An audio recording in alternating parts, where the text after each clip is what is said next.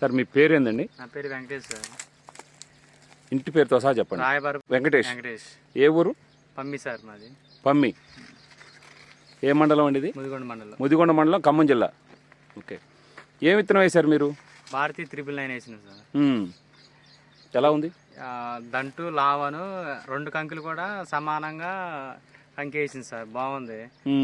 ఈ మేము దిగుబడి వచ్చేసి 45 పైగా వచ్చిందని అనుకుంటున్నాం. ఎంత? 45 పైగా వస్తుందని అనుకుంటున్నాం. 45 పైన వస్తుంది అనుకుంటున్నావు. అంటే ఈ విత్తనంలో మంచి లక్షణాలు ఏంటి? వేసిన దగ్గర నుంచి భారతీ 39 విత్తనం దగ్గర నుంచి చెప్పండి. మీకు ఏం విత్తనం మొలక శాతం బాగుంది సార్. అదే కింద మన స్టార్టింగ్ నుండే దంట అనేది బాగా లావు ఊడుతుంది సార్.